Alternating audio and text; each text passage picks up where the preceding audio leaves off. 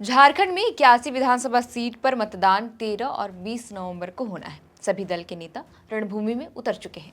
इस बार दोनों गठबंधन के बीच कड़ा मुकाबला देखने को मिल रहा है। लेकिन क्या आपको पता है, झारखंड मंत्रालय में एक ऐसा विभाग है जिसके मंत्री चुनाव जीतने में बहुत कम ही सफल हो सके हैं। इतना ही नहीं, राजनीतिक गलियारों में तो इस मंत्रालय को कांटों भरा ताज भी कहा जाता रहा है। आखिर वो कौन सा विभाग है जिसके मंत्री चुनाव जीतने में बहुत कम ही सफल हो सके हैं? इस वीडियो में हम आपको विस्तार से बताएंगे। झारखंड मंत्रालय का वो विभाग है श्रम मंत्रालय। कई मीडिया रिपोर्ट्स में दावा किया गया है कि श्रम विभाग में अब तक जो भी इस विभाग में मंत्री रहे हैं, उनमें से 1 या 2 ही मंत्री चुनाव जीतने में सफल रहे हैं। 3 तो ऐसे हैं जो विधायक बनने में अब भी जद्दोजहद में लगे हुए हैं। आखिर वे कौन हैं? आगे हम उनके बारे में विस्तार में बतलाएंगे। शुरुआत करते हैं भानु प्रताप शाही से। भानु प्रताप शाही कोड़ा सरकार में श्रम विभाग के मंत्री थे। कोड़ा सरकार गिरी तो कुछ दिनों के लिए शिबू सोरेन मुख्यमंत्री बने, लेकिन विश्वास मत हासिल नहीं कर सके। फिर साल 2009 में विधानसभा चुनाव में भानु प्रताप शाही अपने ही परंपरागत भवनाथपुर से चुनावी मैदान में उतरे।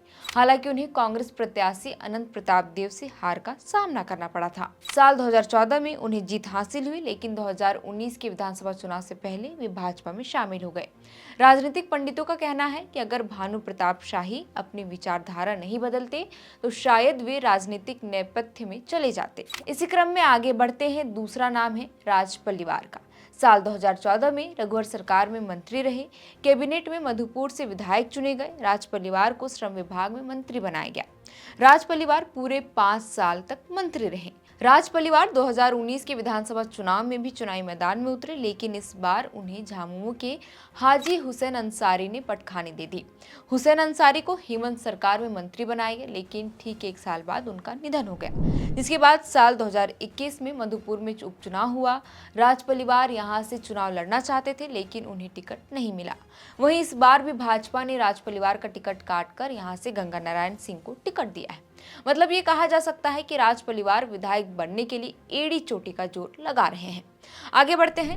वर्तमान में श्रम विभाग के मंत्री सत्यानंद भोक्ता की ओर। पिछला चुनाव में राजद के टिकट पर सत्यानंद भोक्ता चुनाव जीतकर विधानसभा पहुंचे। हेमंत सोरेन की सरकार बनी। हेमंत कैबिनेट में सत्यानंद भोक्ता को श्रम विभाग का कार्यभार सौंपा गया, लेकिन साल 2022 में चतरा SC आरक्षित सीट से विधायक रहे सत्यानंद भोक्ता के मूल समाज को केंद्र सरकार ने दलित से आदिवासी में शामिल कर दिया।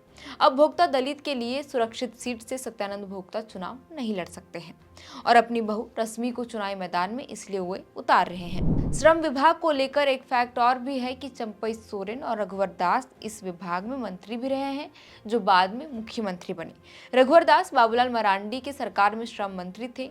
चंपई सोरेन की बात करें तो साल 2010 में गठित अर्जुन मुंडा की सरकार में चंपई सोरेन कुछ दिनों के लिए श्रम विभाग के मंत्री बने रहे। हालांकि चंपई सोरेन के पास यह विभाग अतिरिक्त प्रभार में था।